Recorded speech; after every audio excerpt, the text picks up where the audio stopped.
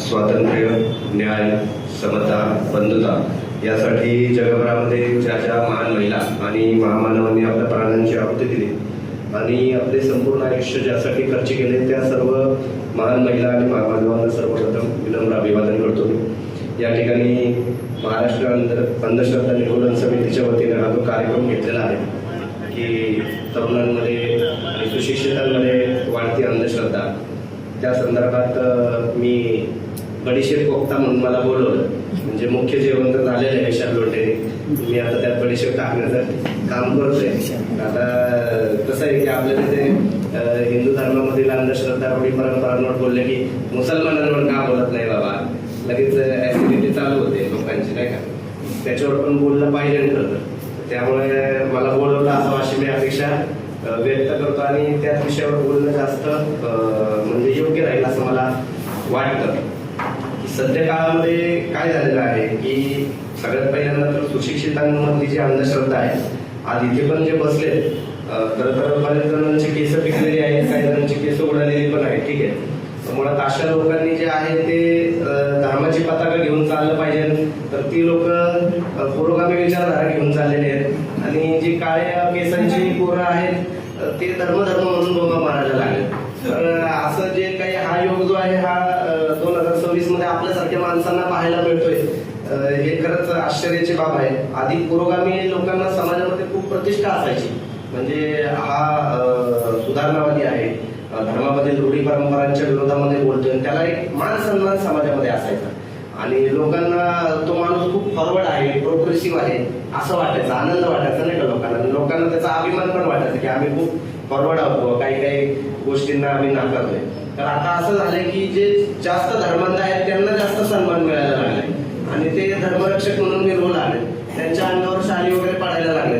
तर गल्ली गोळातून त्याच्यामुळे काय की असे धर्माच्या याच्यावर जे नेतृत्व आहे ते जास्तीत जास्त निघायला लागले आणि ही जी मानसिक विकार आहे हा ऍक्च्युली, तर हे लक्षात घेतलं पाहिजे आणि मला वाटतं की त्याच्यावर काम करणं खूप जास्त गरजेचं आहे। धर्मांधतेला डिग्री सर्टिफिकेट जे आहेत ते लागले गेलेले आहेत, म्हणजे मुस्लिमांमध्ये बघाल तर देखो ना वो IT वाला है, भी 5 टाइम नमाज पढ़ता है, जमात में भी जाता है। जो जास्त शिकलेला असतो आणि तो जेवढा जास्त धर्मांध असतो त्याला तेवढा समाजामध्ये मान सन्मान जास्त असतो, अशी ही परिस्थिती आहे। म्हणजे कोणी सहाय्यक आयुक्त बैठकीला गेला तर मग त्याला काही विचारायलाच नको, असा तो कारभार आहे। आणि सरांनी बरेच विषय त्यांच्या आयुष्यामधले या ठिकाणी सांगितले, माझ्या आयुष्यामध्ये तर बरेच विषय, आमचे तर दोन्ही बाजूने कुचंबना आमच्यासारख्या माणसाची असते, म्हणजे शेक आडनाव म्हणलं की 50% मार्जिन ऑलरेडी तिथं कमीच असतं आणि त्यात सुधारणावादी विचार म्हणलं की ते माझ्या विलास बडे सर मला एका TV डिबेट मध्ये बकरीच्या वेळी म्हणले तरी तुम्ही अल्पसंख्याकांमधले पण अल्पसंख्याक आमची आहे। म्हणजे बोलायचं काय की बाबा इथली धर्मांधता तर पटतच नाही बहुसंख्याकांची, ठीक आहे। ते बहुसंख्याकांच्या धर्मांधतेच्या विरोधात बोलायला जावं तर मुसलमानांमधली पण धर्मांधता आपल्याला पटत नाहीये। आम्ही आर्थिक कुर्बानी शिक्षणासाठी उपक्रम राबवतो, गेल्या 12 वर्ष झालं आम्ही जे बकरीला जे प्राण्यांची कुर्बानी दिली जाते आम्ही त्याला कर्मकांड म्हणतो, आपण त्याला अंधश्रद्धा म्हणतो आपण त्याला, आणि त्याच्या जागेवर आम्ही कृतीशील आमचं कुठलंही काम बोले काय म्हणतो की आधी कृती आणि मग सांगतो। महात्मा फुलेंनी काय केलं, आधी केले मग सांगितले, आम्ही त्यांच्या पावलावर जे आहे ते पाऊल ठेवतो, आधी करतो आणि मग सांगतो। गेली 12 वर्ष झाले आम्ही आर्थिक कुर्बानी शिक्षणासाठी राबवतो, कुठल्याही प्राण्याची कुर्बानी वगैरे आम्ही देत नाही, त्याच पैशातून जे आहे आम्ही शैक्षणिक जे आहे ती मदत करतो विद्यार्थ्यांना आणि त्याच्यामध्ये रमजानमध्ये देखील आम्ही जकात शिक्षणासाठी उपक्रम राबवतो, त्या उपक्रमाच्या माध्यमातून देखील जे आहे ते गरजू विद्यार्थ्यांना आम्ही मदत करतो। साधारण 67 लाखापर्यंत जो निधी आहे तो आतापर्यंत आम्ही जमा केला आणि 6,000 विद्यार्थ्यांना जी आहे आम्ही मदत केली। यावर्षी फुलंब्रीमध्ये एका जिल्हा परिषदेच्या मराठी शाळेला कलरिंग आणि पेंटिंग दिलं, तुळजापूरमध्ये एका शाळेचं कलरिंग आणि पेंटिंग सुरू आहे, पुण्यामध्ये जे आहे एक बाबुमिया उर्दू स्कूल आहे त्या शाळेमध्ये आम्ही लोकराजा राजर्षी शाहू महाराज यांच्या नावाने कॉम्प्युटर लॅब दिली। त्यानंतर पुण्यामध्ये मुबारक गर्ल्स हायस्कूल आहे, त्या गर्ल्स हायस्कूलमध्ये आम्ही ज्ञानज्योती फातिमा शेख यांच्या नावाने कॉम्प्युटर लॅब दिली। त्यानंतर सिंहगडच्या पायथ्याला कोरे बुद्रुक नावाचं गाव आहे, त्या गावामध्ये आम्ही महात्मा फुले आणि सावित्रीबाई फुले यांच्या नावाने सत्यशोधक विज्ञान प्रयोगशाळा जी आहे, त्या शाळेमध्ये विज्ञान प्रयोगशाळा होती. मला 1 वर्ष झालं प्रयोगशाळा होती. तर अशी कामं आम्ही चालवत असतो. हा फक्त एक विषय झाला. त्या पलीकडे गोरखामुक्ती अभियान आम्ही राबवतो. याच्यापेक्षा जास्त डोक्याला तापदायक कारभार आहे. म्हणजे एखाद्या महिलेला सांगायचं की बुरखा हे गुलामीचं प्रतीक आहे म्हणजे, आणि माय हिजाब माय राईट अशा पद्धतीने ज्यावेळी आंदोलन चालतात आणि त्याच ठिकाणी बुरखा गुलामीचं प्रतीक आहे हे सांगणं म्हणजे ती तारेवरची खूप मोठी कसरत असते खरं तर. आणि अशा परिस्थितीमध्ये सगळ्यात पहिल्यांदा जे आहे ते जगासंगे ब्रह्मज्ञान स्वतः मात्र पडले पाषाण असे फालतू उद्योग आम्ही केलेले नाहीये. सगळ्यात पहिला बुरखा जो आहे तो माझ्या बायकोचा बंद झालेला आहे आणि त्याच्यामध्ये देखील जो आहे तो प्रबोधनाने बंद झालेला आहे. कुठल्याही पद्धतीची जोर जबरदस्ती नाही. माझी बायको 5 टाइम नमाजी आहे. माझ्या सासऱ्याची मशीद आहे. आणि या सगळ्या गोष्टी करत असताना मी एकीकडे बुरख्याच्या विरोधामध्ये जे आहे ते ज्ञान फेसबुकवर टाकतोय बुरख्याच्या विरोधात, आणि माझी बायको दुसऱ्या दिवशी बुरख्याचे फोटो, अशी गोष्टी जी आहे याही फेसमधून मी गेलेलो आहे. तर लग्न होऊन 11 वर्ष सुदैवाने दुर्दैवाने झालेलं आहे. त्यातले 5 वर्ष तिचे बुरख्यामध्ये गेले आणि अफगाणिस्तानमध्ये एका महिलेला बुरखा घातला म्हणून गोळीबार. तर त्यानंतर घरामध्ये आपण त्याचा निषेध केला पाहिजे. तिथून जो आहे तो तिने निषेध केला आणि बुरखा जो आहे तो कायमचा तिचा बंद झाला. आणि इथपर्यंतच भाग नाही, ते बुरखा बंद होणं हा महत्वाचा नसतं, मात्र त्याच्या मागची मानसिकता समजून घेणं गरजेचं आहे. की मी म्हणायचो की बुरखा जे आहे ते गुलामीचं लक्षण आहे. तर त्यावेळी माझ्यामध्ये क्युरियोसिटी, आता मी पण म्हणजे ग्राउंडवर रूट लेवलवर काम करणारा माणूस आहे. आता सरांचा जन्म आहे बहुतेक हॉस्पिटलमध्ये झाला असेल, माझा तर जुन्या बाजारच्या रस्त्यावर जन्म झाला. तुम्हाला घर तरी मिळालं. माझा जुन्या बाजाराची तर बाजार लागतो का जुन्या बाजारात, तर जुन्या बाजारात रस्त्यावर म्हणजे माझ्या रिक्षात उतरली, प्रसव काळात तिथं सुरू झाले. हिंदी फिल्मची जशी शूटिंग नसते लगेच बायका बिका घेऊन येतात तसं कापड बिपड, मग तिथं रस्त्यावर माझा जन्म झाला. मला जन्माचा दाखला आम्ही 2016-17 साली काढला. मग अशी सगळी परिस्थिती माझ्या आयुष्यामध्ये पण आहे. मग त्याच्यानंतर काय झालं की मला क्युरियोसिटी, बाबा एका महिलेचा बुरखा बंद झाला आणि ती महिला माझ्यासोबत आहे, तर तिच्या भावना काय आहे. मग 10 किलोमीटर पर्यंत तिला घेऊन गेलो विदाउट बुरख्यावरती. तिला गाडीवर मागू शकतो, आता तुला कसं वाटतंय. दुसऱ्या कार्यक्रमात घेऊन गेलो की तिला विचारतो, आता तुला कसं वाटतंय बाबा.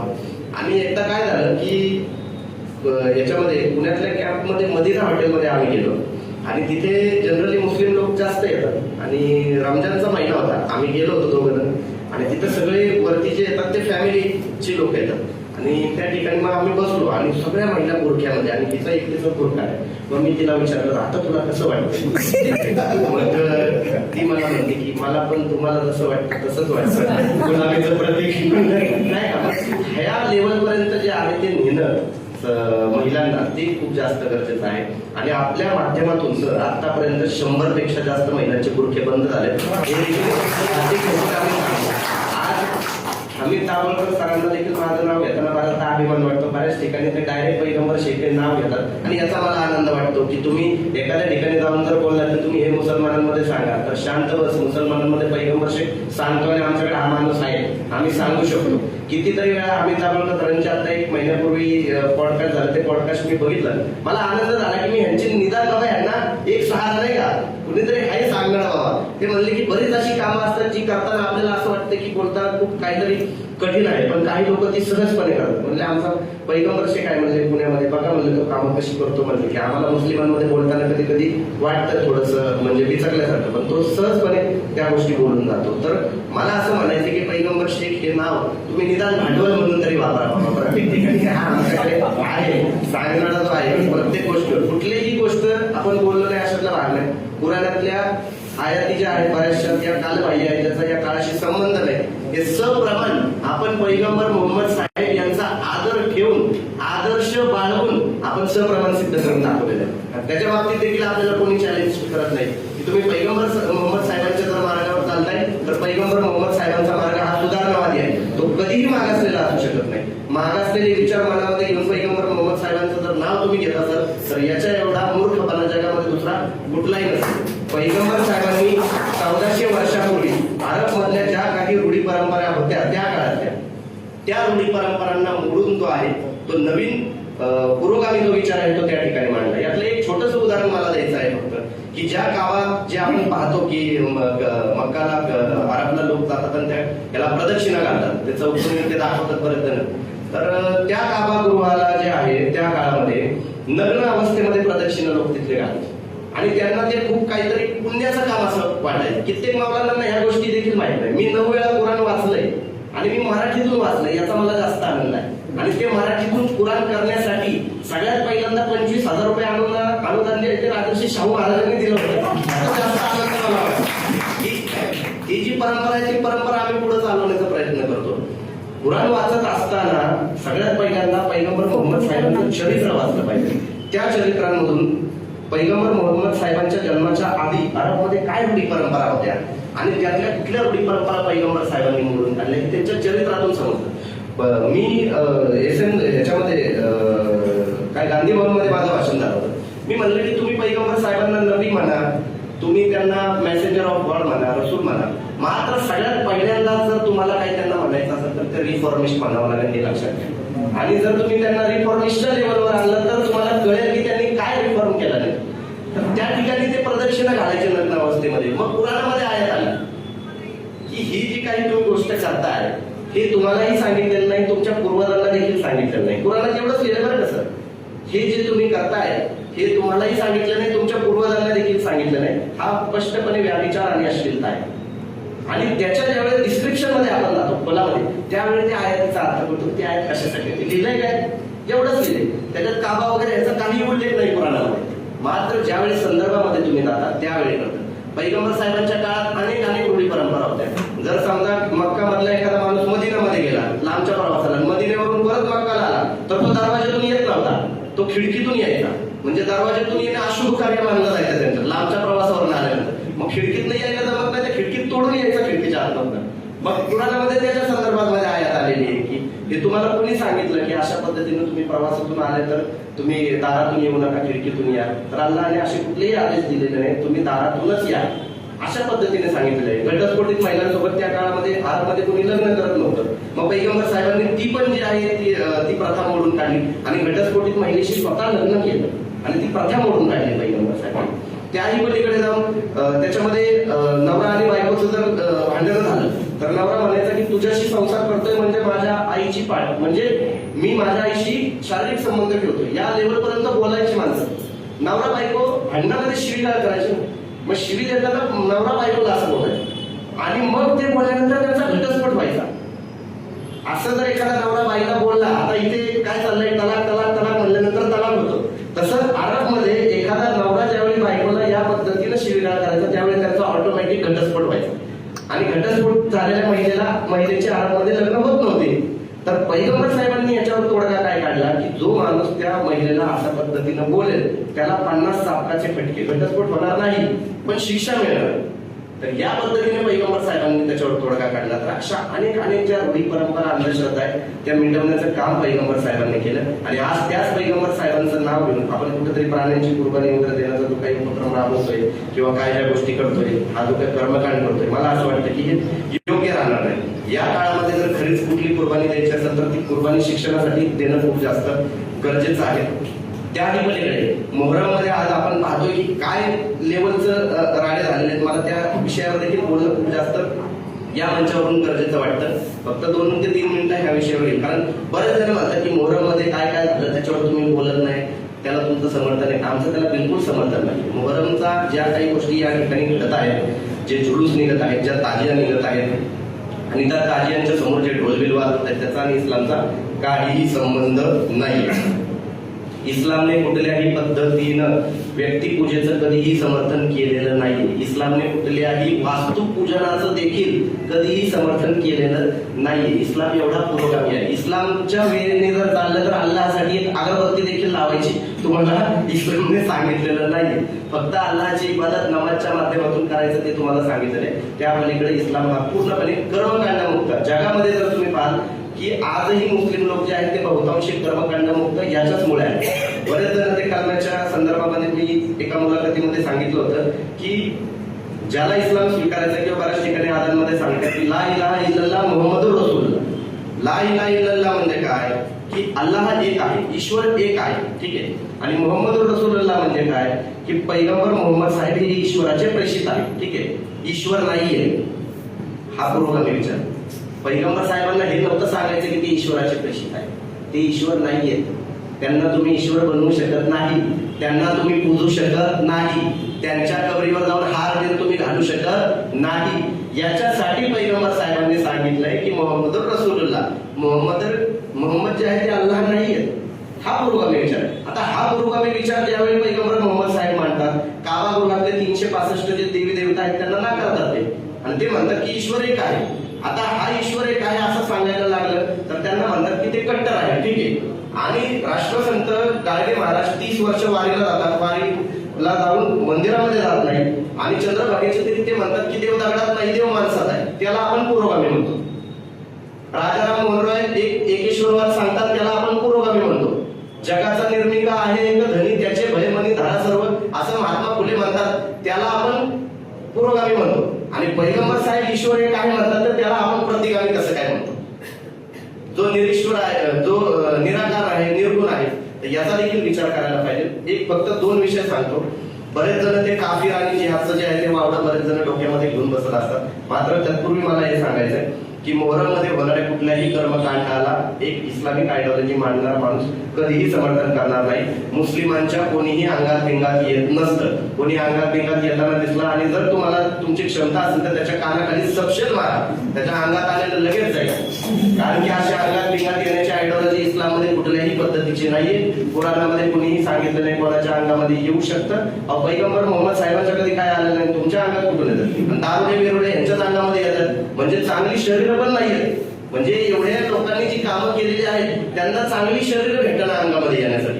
जे कोणी गोवा गुटखा खाताय, दारू पिताय, सिगरेट त्यांच्या अंगात त्यांना यायचं हे सांगायचं. ते सवाऱ्यांच्या माध्यमातून आम्ही त्याच्यावर खूप परखडपणे का बोलत नाही, याच्या मागचं कारण हे आहे की त्याच्यामधून कुठेतरी हिंदू मुस्लिम एकता दिसते. मात्र ती हिंदू मुस्लिमांच्या अंधश्रद्धेची एकता आहे असं मला वाटतं. त्या अंधश्रद्धेच्या एकतेतून बाहेर निघून मला असं वाटतं की त्या मोहरमच्या जे गोष्टी आहेत त्याला काहीतरी आपण एक चांगला मार्ग दिला पाहिजे.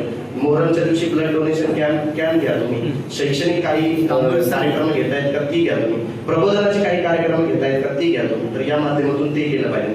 दुसरी गोष्ट, काफिरच्या बाबतीमध्ये बरेच बॉम्बाबॉम्ब चालू असते की मुस्लिमेतरांना काफिर म्हणलं जातं वगैरे वगैरे. तर हा पूर्णपणे गैरसमज आहे. आपण इतिहासाचा व्यवस्थित पद्धतीने अभ्यास केला पाहिजे. काफिर सगळ्यात पहिल्यांदा सर तुम्हाला सांगतो की अरबी ही जी भाषा आहे, अरबी ही भाषा पैगंबर मोहम्मद साहेब यांचा जन्म व्हायच्या 700 वर्ष आधीपासून अरबमध्ये होते. 700 वर्ष. आज मी तुमच्याशी मराठी भाषेमध्ये बोलतोय, त्या भाषेत माझं काही योगदान आहे का? काहीच योगदान नाही माझं. जी भाषा आहे ती भाषा मी वापरतो. त्याच पद्धतीनं 1400 वर्षापूर्वी जी भाषा अरबमध्ये होती, जी भाषा लोकांना समजत होती, त्या भाषेमध्ये पैगंबर साहेबांनी जे आहे ते विचारांची मांडणी केली. आता काफिर हा शब्दाची उत्पत्ती पैगंबर साहेबांची आहे का? तर नाही. जिहाद या शब्दाची उत्पत्ती पैगंबर साहेबांची आहे का? तर नाही. काफिर हा शब्द शेतीशी रिलेटेड होता. हे मी आता अलीकडे बऱ्याच जणांना सांगतोय की काफिर म्हणजे काहीतरी लपवणारा, जमिनीच्या खाली पीक लपवणारा, बियाणं लपवणारा, त्याला काफिर म्हणलं जायचं, ठीक आहे. आणि इस्लामिक काळामध्ये म्हणजे पैगंबर साहेबांच्या काळामध्ये काफिर कोणाला म्हणायचे? जो सत्य लपवतो. सत्य जो लपवतो त्याला काफिर म्हणलं जातं. आजच्या काळामध्ये तुम्ही काफिर कोणाला म्हणाल? पैगंबर मोहम्मद साहेब ज्यावेळेस म्हणायचे की 365 देवी देवतांच्या मूर्त्या आहेत, ज्या देवी देवतांचा भारताच्या देवी देवतांचा काही संबंध नव्हता, कोणही लागत नव्हते एकमेकांना. त्यांचे देवी देवतांचे नाव होते लात, हुबल, उज्जा नावाची देवी होती त्या ठिकाणी. आणि पैगंबर मोहम्मद साहेब म्हणले की हे देवी देवता काही खरे नाहीये, खरा ईश्वर एकच आहे, ज्याला तुम्ही पाहू शकत नाही पण तो तुम्हाला पाहू शकतो. मग पैगंबर साहेबांना अरबचे लोक त्या काळामध्ये काफिर म्हणले. विचार करा. मग काफिर या शब्दाचा अर्थ काय? जो सत्य स्वीकारत नाही, सत्य लपवतो. आजच्या घडीमध्ये भारतामध्ये तुम्ही काफिर कोणाला म्हणू शकता? जो संविधान मानत नाही त्याला आपण काफिर म्हणू शकतो. संविधान हे या भारताचं सत्य आहे आणि तो सत्य जो नाकारतो तो काफिर. जिहाद या शब्दाचा अर्थ काय? जिहाद या शब्दाचा अर्थ आहे प्रयत्नांची पराकाष्ठा करणे. हे शब्द का समजून घेतले पाहिजे? हे शब्द खूप चांगलेच करतो, मात्र त्याचं विकृतीकरण अशा पद्धतीने केलेलं आहे की लोकांना ते सांगायलाच लाज वाटतात. जिहाद या शब्दाचा अर्थ काय? की एखाद्या गोष्टीसाठी प्रयत्नांची पराकाष्ठा करणे. आज पुण्यामध्ये जिहाद कोण करतंय? आज पुण्यामध्ये विशाल लोंढे साहेबांनी एवढ्या ट्रॅफिक मध्ये प्रयत्नांची पराकाष्ठा करून महाराष्ट्र अंधश्रद्धा निर्मूलन समितीच्या व्याख्यानाला ते आले. ठीक आहे, किती प्रयत्नांची पराकाष्ठा केली त्यांनी. तर जिहाद ह्या शब्दाचा अगदी सुंदर आणि सुबक अर्थ आहे की एखाद्या गोष्टीसाठी प्रयत्नांची पराकाष्ठा करणे म्हणजे जिहाद करणे. कर्नल सुरेश पाटील लव जिहाद वगैरे हा सगळा थोटांडा आहे, त्याच्यावरून बोलतो. एकच मिनिट फक्त. कर्नल सुरेश पाटील यांनी चित्ते नका देऊ सर, सांगू सुरेश पाटील यांनी जे आहे एक पुस्तक लिहिलंय की लोकशाही स्वराज्य उभारणीसाठी छत्रपती शिवाजी महाराजांनी केलेला जिहाद हे पुस्तक त्यांनी लिहिलेलं आहे. आता मग काय म्हणायचं याच्याविषयी, तर मग त्या सगळ्या गोष्टींचा विचार मला असं वाटतं करणं गरजेचं आहे. मात्र या जिहादला लँड जिहाद, लव जिहाद, ट्रॅव्हल जिहाद, IT जिहाद, आता इथे मी थोडं काहीतरी बोलतोय तर त्याला भाषण जिहाद किंवा व्याख्यान जिहाद म्हणतील, असे जिहादचे अनेक प्रकार आहेत. तर हा सगळा मोठं पण आहे. मला असं वाटतं याच्याकडनं आपण बाहेर निघालं पाहिजे. मला या ठिकाणी बोलायला दिलं, बरेच मुद्दे मांडायला आपण दिले, त्याबद्दल मी आपले धन्यवाद मानतो. फक्त विशाल लोंढे साहेब जे बोलले की त्यांच्याकडून ज्या काही गोष्टी आहेत किंवा त्यांचा लाभ जो आहे शासनामध्ये आपला एक माणूस आहे, तर त्यांचा आपण खरं तर घेतला पाहिजे. परत आपण बोंबा मार करतो शासन प्रशासनात सगळी सांगायची लोक आहेत, अशी लोक आहेत, तशी लोक आहेत. आपली सुधारणावादी जर लोक आहेत त्या ठिकाणी शिव फुले शाहू आंबेडकर